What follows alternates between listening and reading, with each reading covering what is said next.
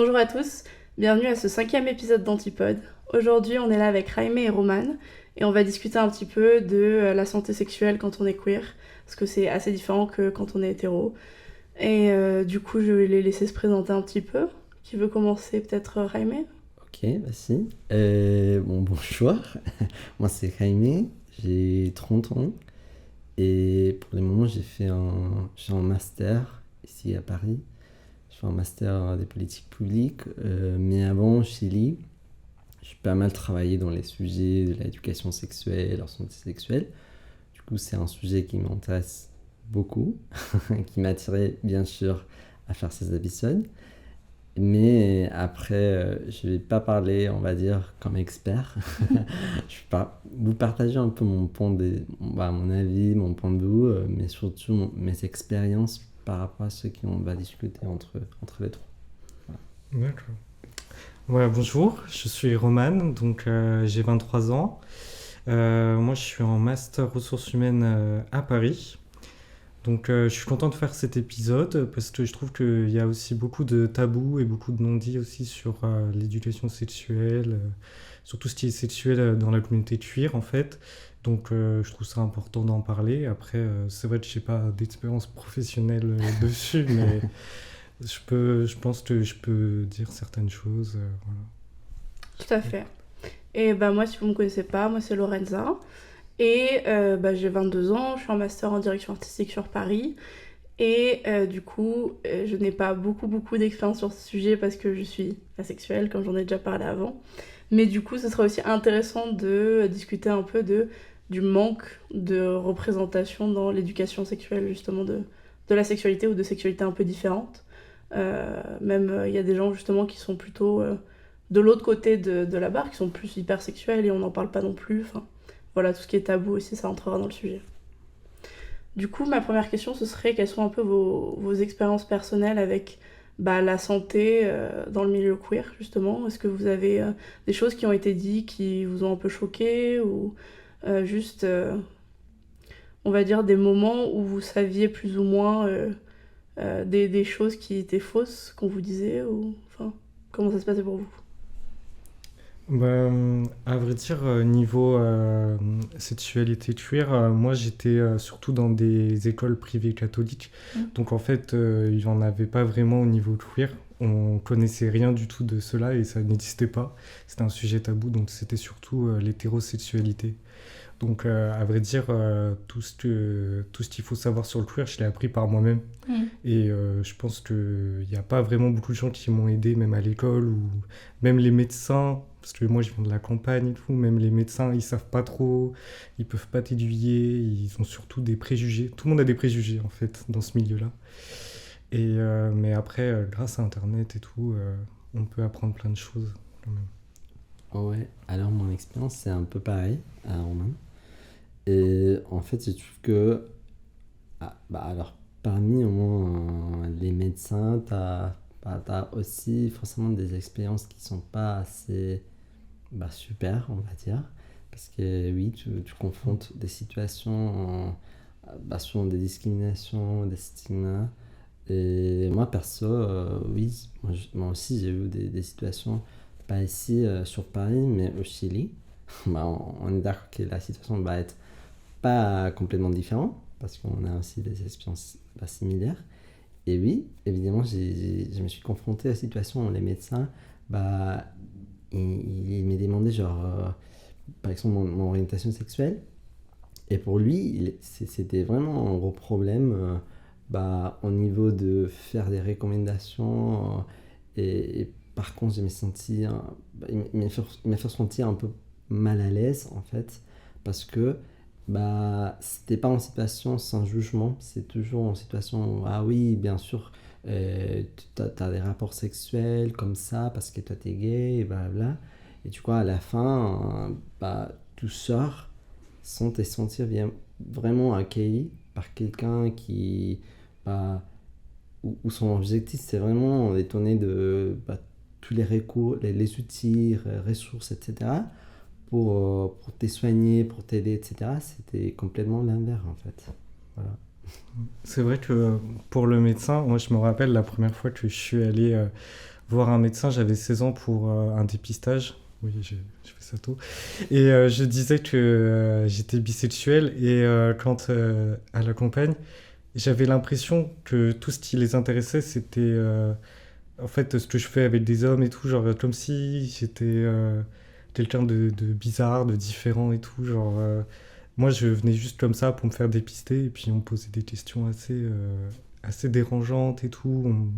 On me disait, ah ouais, tu fais ça et tout. Genre, on était mal à l'aise. Enfin, moi, j'étais mal à l'aise. Et à 16 ans, surtout. Ouais, bien sûr. Et à la fin, bah, c'est ça que c'est justement ce type de comportement de la façon dont ils parlent bah, de cette façon, c'est ce qui te rend beaucoup moins à l'aise et qui à la fin bah, te fait sentir genre, ok, bah, je vais pas réessayer d'y aller dans son médecin ou me faire dépister ou bah, je sais pas, parce que justement, si je veux, si j'y vais, je vais me confronter à quelqu'un qui va me traiter de manière pas excellente, quoi. Tu vois. Ouais, c'est vrai que ça peut entraîner une peur justement d'aller voir le médecin.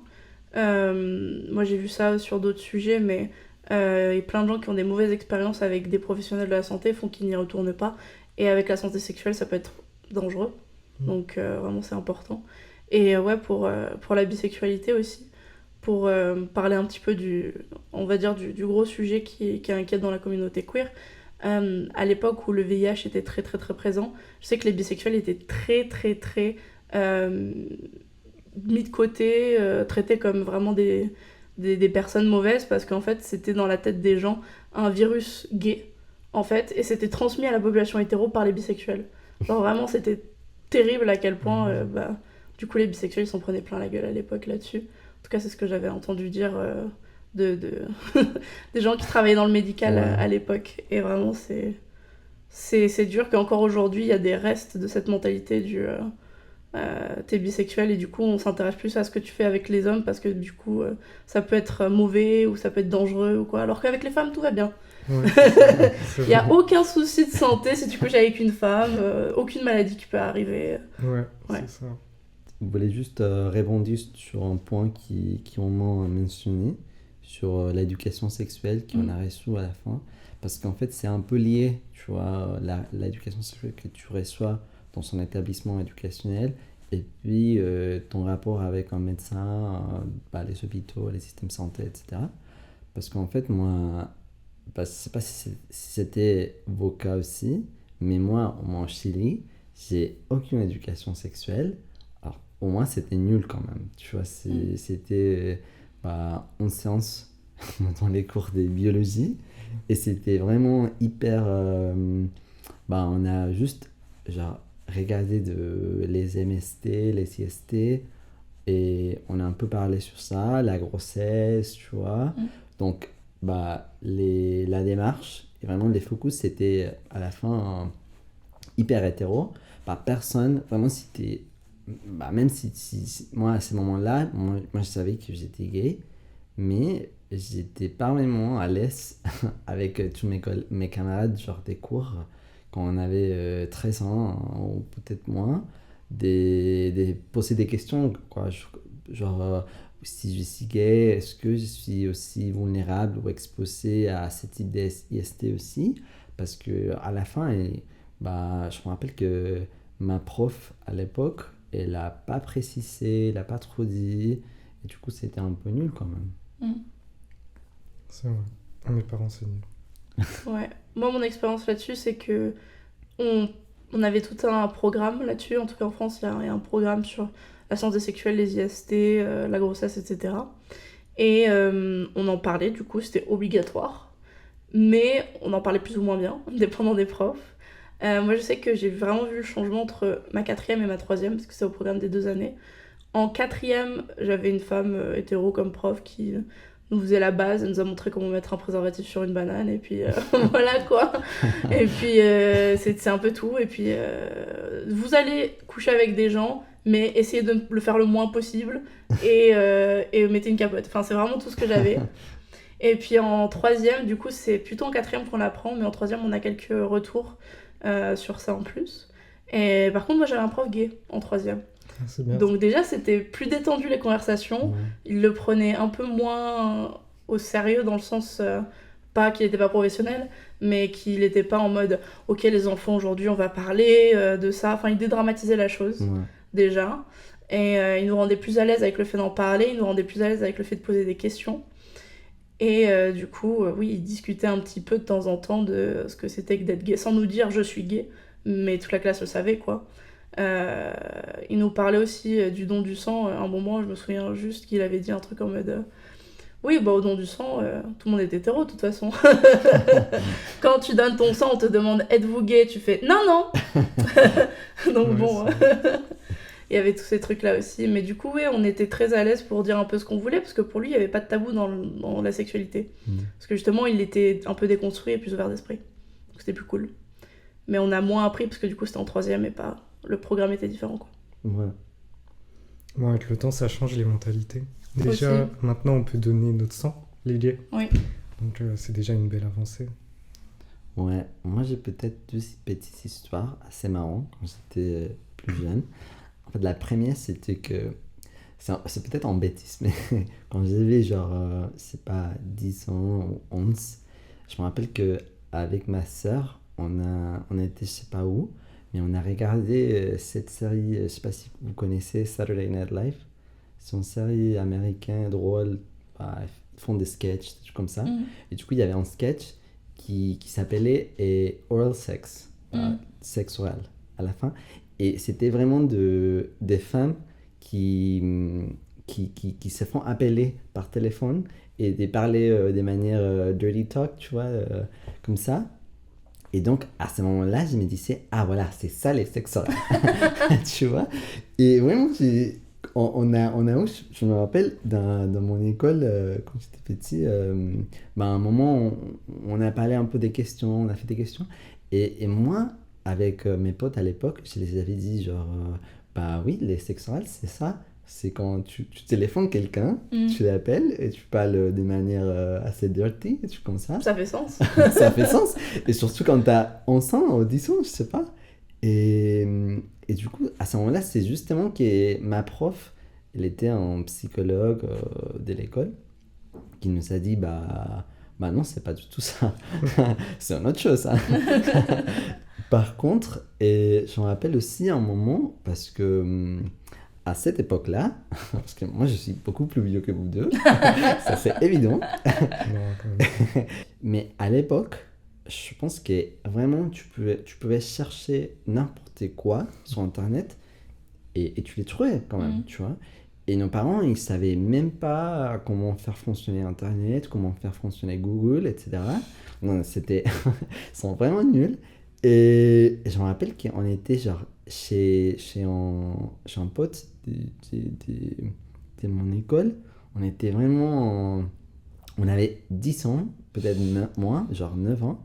On était tous genre à côté de l'ordinateur en regardant des images porno comme ça dans les sites web, tu vois. Et moi j'étais vraiment choqué parce que c'était... d'abord c'était hétéro. Et moi j'étais, ah oui, elle est belle la dame. Vraiment comme ça, mais aucun intérêt. Mais par contre, moi je me dis, vraiment on a fait n'importe quoi, on a trouvé n'importe quoi sur internet, parce que vraiment on n'avait même pas les outils pour nous dire, ok, ça c'est pas vraiment la vie réelle, c'est pas vraiment les sexes réels, c'est juste une connerie qu'on a fait parce qu'on était des enfants, et même il y avait même pas la conscience de nous enseigner, de nous faire apprendre que... je sais pas, que la sexualité est une chose beaucoup différente quand même, tu vois. C'est vrai, parce qu'en plus, que ce soit les gens qui ont le début de la trentaine ou début de vingtaine, dans les deux cas, on a grandi avec Internet de manière différente, justement, comme tu le disais, plus ou moins contrôlée.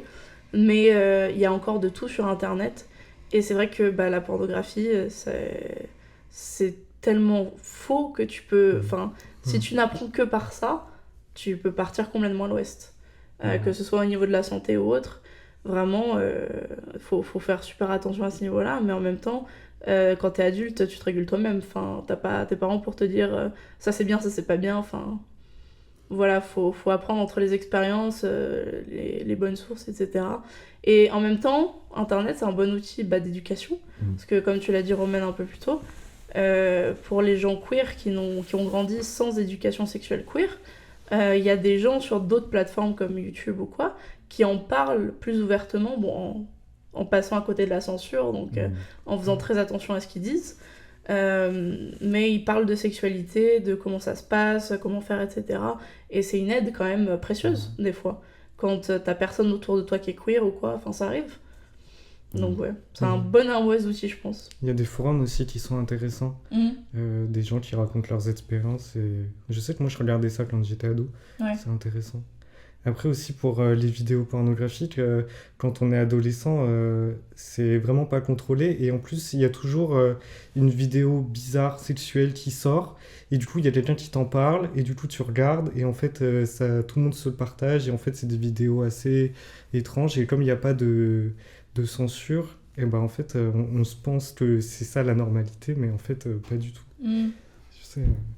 Ouais, c'est ça. C'est justement que... Après, on a des attentes, peut-être, après, on commence à avoir des rapports sexuels avec des gens, etc. Et qu'on a vraiment juste la pornographie, on se dit, c'est ça, non? Après, on est tous stressés, un peu pressés juste pour jouer de la même manière que les acteurs et tout ça. Et à la fin, c'est pas du tout ça. Et moi, je sais pas comment dire, mais j'ai... Pour mon côté, la nulle expérience avec l'école, mais de l'autre côté, j'ai aussi la nulle expérience avec mes parents qui m'ont rien dit sur l'éducation sexuelle, même la santé sexuelle chez mes parents, tu vois.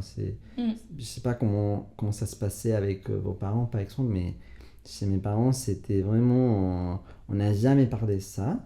Je pense que seulement avec ma sœur, ma mère, elle a un peu les données...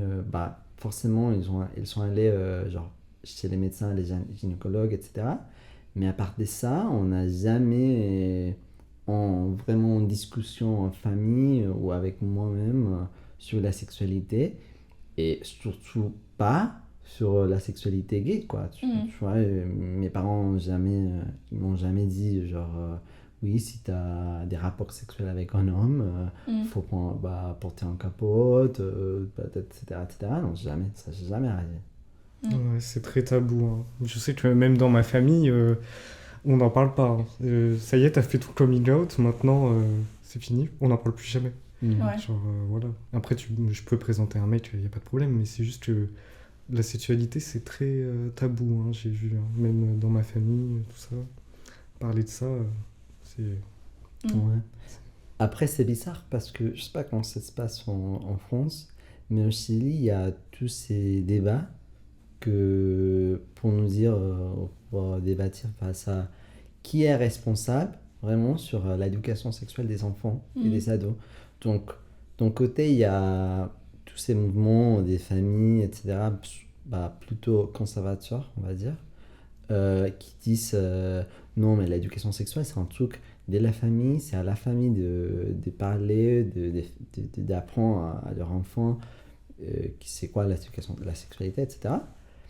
Et de l'autre côté, c'est plutôt l'État, les établissements d'éducation, etc. Mais après, les mêmes gens qui disent non, c'est la famille, ils parlent pas du tout de l'éducation sexuelle chez eux, tu vois. Parce que c'est un sujet qui reste, comme tu as dit, Romain, un tabou, qui en met un peu mal à l'aise, qui nous fait sentir un peu inconfortable. Donc, c'est juste un sujet qu'on n'entend pas jamais parler. Donc, c'est bizarre quand même, tu vois, quoi. Et puis même si tu avais des parents qui étaient très ouverts d'esprit sur le sujet, qui n'avaient pas de souci à en parler, bon, c'était pas mon cas, mais imaginons, ça existe, quoi. Et de base, la majorité des parents sont hétéros. Donc la majorité des parents, quand on a un enfant queer, sera en mode bon je peux t'apprendre pour des questions hétéro, mais si t'es queer, courage, bonne chance, tu vois. ils savent pas, tu vois aussi. Mais ouais, en tout cas, ouais, non, chez moi c'était pas discuté, on en a jamais parlé, de sexualité, que ce soit hétéro ou homo. Et pareil, on m'a jamais envoyé chez un médecin ou quoi. Ma sœur, si, parce qu'elle a eu un copain jeune. Mais moi, étant donné que j'étais célibataire et que bah, du coup, dans leur tête, j'avais pas de rapport sexuel, ce qui était vrai, mais ça aurait pu être complètement faux, j'aurais pu leur mentir.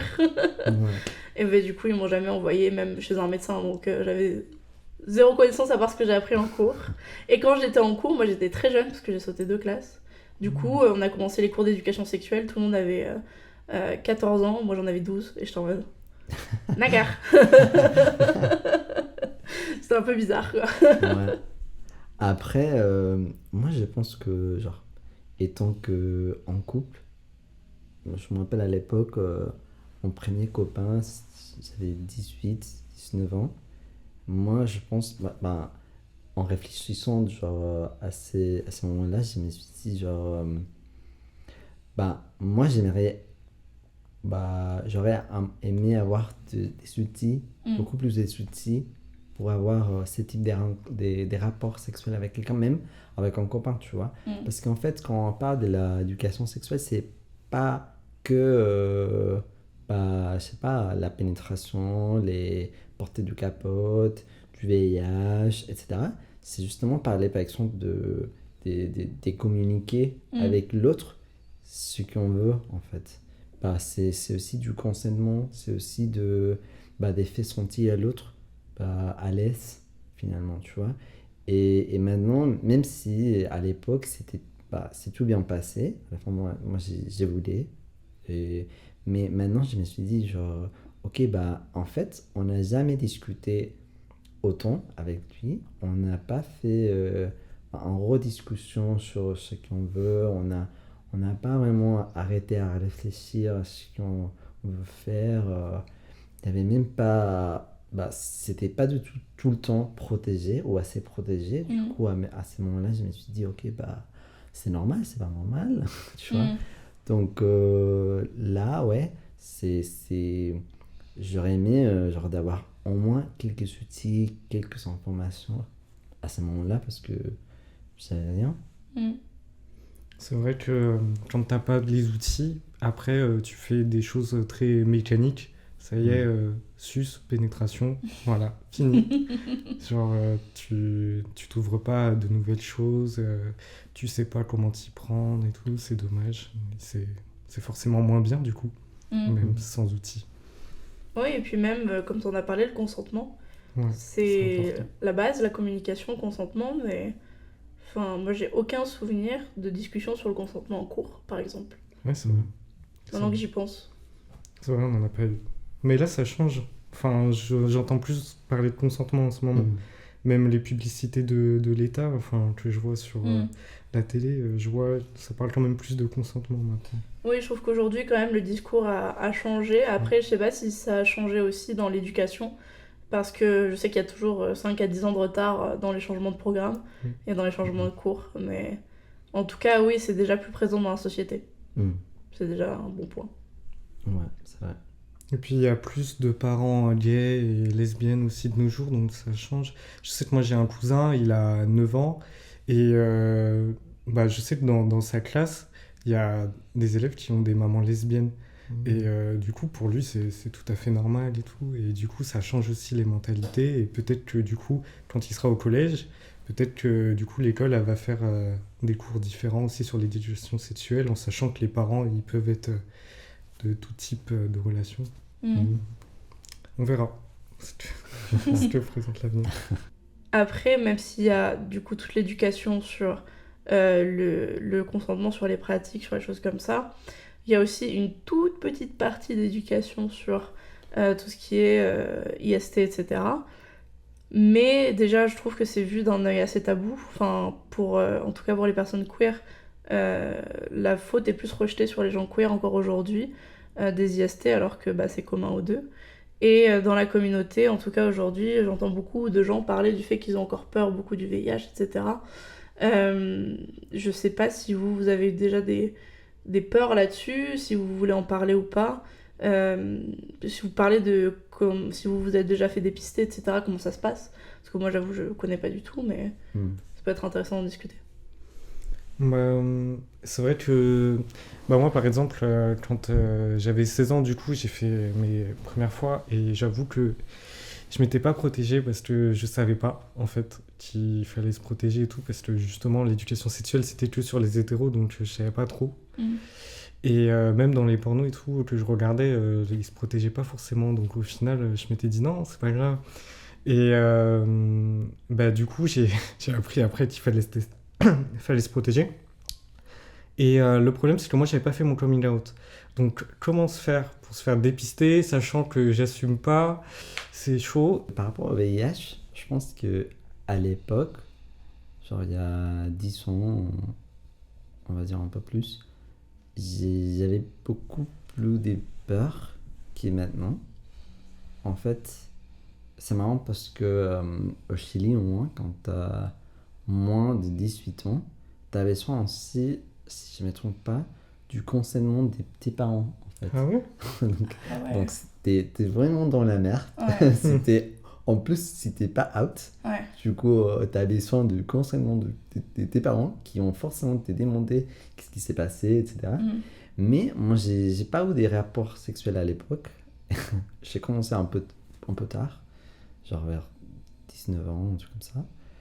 Et là, ouais, je pense que je me rappelle que j'avais peur parce que c'était vraiment les gros stigmates sur la communauté gay, qui ça continue, ça persiste, j'ai l'impression.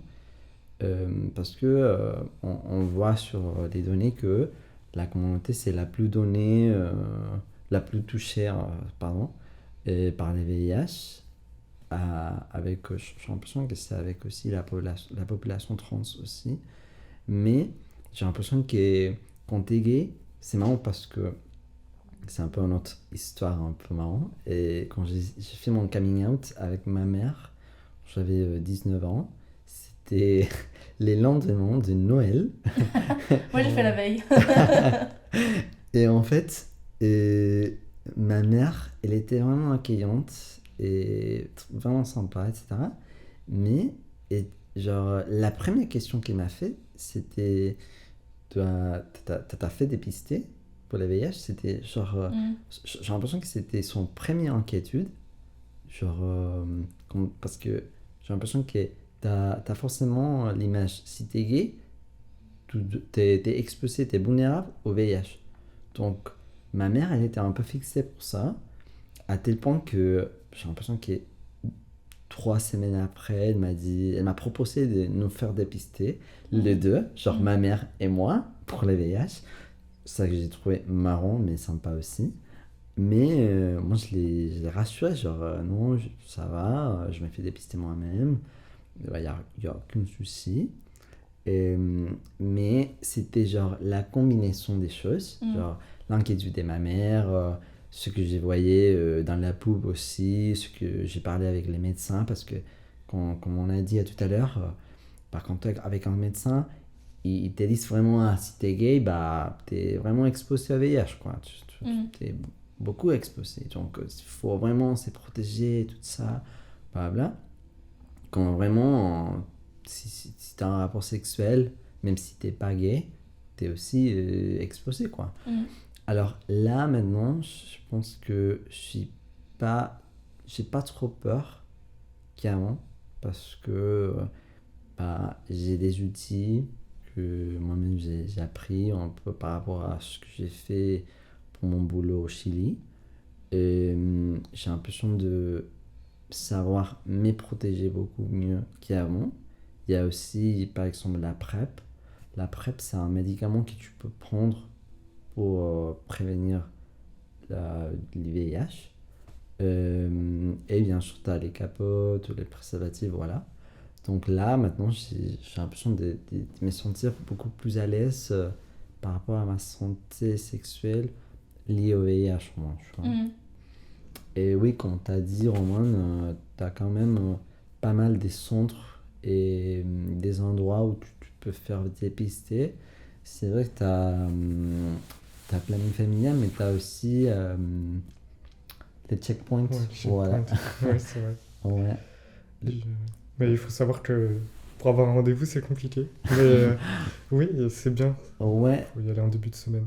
Ce que j'aimais très bien du Checkpoint, c'est que c'est un centre LGBT de santé sexuelle. Du coup, c'est vraiment pour les gens LGBT qui a été créé par les gens LGBT aussi. Du coup, il y a aussi cette démarche et des gens qui t'accueillent beaucoup mieux, à mon avis, que dans son hôpital ou dans son cabinet médical. Parce que il y a des gens, c'est des gens qui connaissent vraiment, ils sont déjà passés probablement de situations pareilles à ce qu'on a raconté tout à l'heure. Et du coup, ils font le mieux pour te faire sentir à l'aise, très bien. Ils t'accueillent. Ils ne font pas des questions bêtes ou des questions qui peuvent te stigmatiser ou te faire sentir stigmatisé. C'est vraiment cool. Ouais. C'est sûr, ils sont mieux renseignés et du coup, ils sont mieux aptes à parler de ces sujets-là. Et puis aussi, ils sont sûrement meilleurs en éducation pour en tout cas les gens queer. C'est sûr, c'est très important. Et ouais, même si justement se faire tester c'est important, qu'on soit gay ou non, c'est pas parce qu'on est gay que naturellement on est malade, on est contaminé. Moi je sais que les premiers stéréotypes que ma mère avait sur la communauté gay, c'était qu'ils avaient une mauvaise hygiène de vie en général et que ça entraînait des maladies même autres que IST, etc. Enfin, elle, ma mère, elle était infirmière. Elle a commencé sa carrière justement pendant le début de l'épidémie du sida. Donc elle avait vraiment peur de ce genre de choses. Et elle a vu des cas extrêmes de la communauté gay. Et justement, c'était le seul truc qu'elle a retenu. C'était les personnes extrêmes dans les années 75-80 qui étaient vraiment malades, quoi. Donc, et pour ces gens-là, ça les a marqués à vie et je pense que ça reste un stéréotype présent pour beaucoup de gens dans la communauté et en dehors. Ouais, voilà. Après, t'as aussi, genre... il y a, on va dire, 10 ans, un peu plus, que les applis, les rencontres, au moins gays, ont commencé à... on commençait, quoi. Ouais. Ça aussi a... ça fait aussi une ouverture aux différentes manières d'exprimer ta sexualité. Et du coup, ça c'est aussi, on va dire, un défi, un enjeu pour la santé de tout le monde. Dans le sens que, moi je comprends par exemple que les gens veulent expérimenter ou essayer des autres choses. Par exemple, il y a des gens sur les applis qui aiment bien, genre les trucs cruising, tu vois, ils vont aller à... C'est y aller à Bois des Vincennes, par exemple, et faire des rapports sexuels à l'extérieur, tu vois. Et à la fin, c'est genre des pensées, ok, comment on laisse les gens avoir des expériences différentes ou des expériences qu'ils veulent faire, mais de manière protégée, quoi. Oui, tout à fait. Et à la fin, je pense que c'est ça ce que certains établissements ou certains médecins, certains professionnels ne comprennent pas encore. C'est ce que il y a une manière de penser assez fermée. Et du coup, ils ne sont pas d'accord avec certaines manières de faire certains rapports sexuels. Moi, perso, je ne peux pas être d'accord avec certaines manières de faire une rencontre. Ou peut-être je ne suis pas forcément attiré à certaines manières de se rencontrer. Mais pas pour ça, je vais les juger, quoi.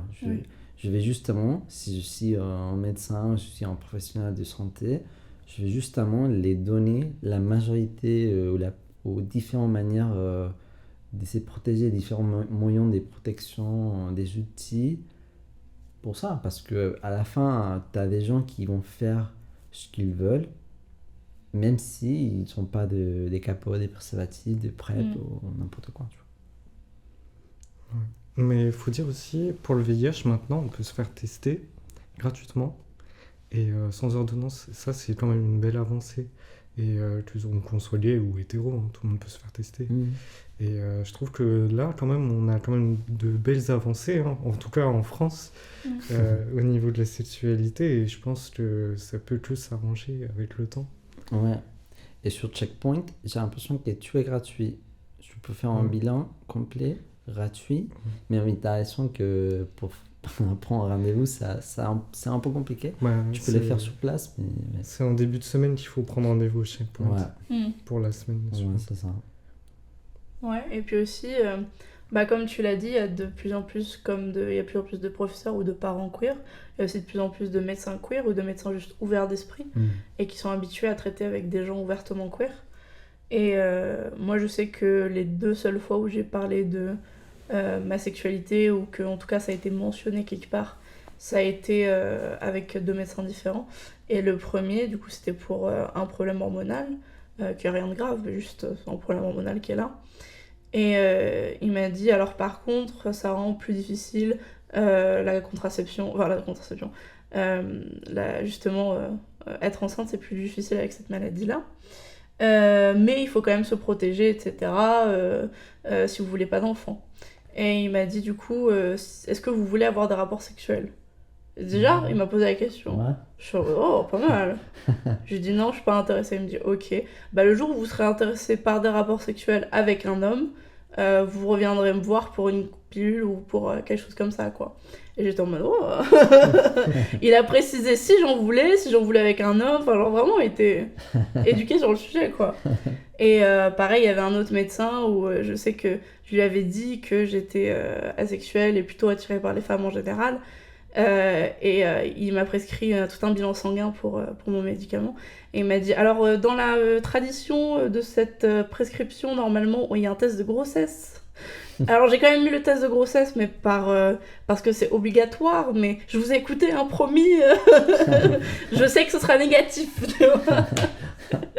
Donc bon, comme quoi, il y en a qui sont bien éduqués et qui savent faire les choses, et ça progresse de plus en plus, bien sûr. Mais faut continuer à en parler, justement. Faut continuer à sensibiliser les gens là-dessus, faut continuer à dire que c'est important de se tester, etc. quoi. Voilà. Sinon, pour conclure, on peut retenir que c'est important de se faire dépister dans la communauté queer.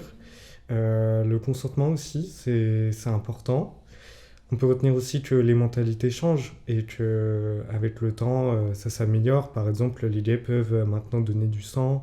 On peut se faire dépister du VIH gratuitement. Donc les choses vont dans le bon sens. Et avec un peu de temps et de la volonté, je pense que même au niveau de l'éducation sexuelle, ça se passera beaucoup mieux. Et il y aura plus d'inclusion. Tout à fait, je suis d'accord. En tout cas, merci d'avoir été là. Merci d'avoir filmé cet épisode. Merci. Et puis merci à vous d'avoir écouté. Si vous avez écouté jusqu'au bout, c'est cool. Et puis on se revoit pour le prochain épisode qui sera normalement le dernier de la saison. Allez, au revoir. Au revoir. Au revoir.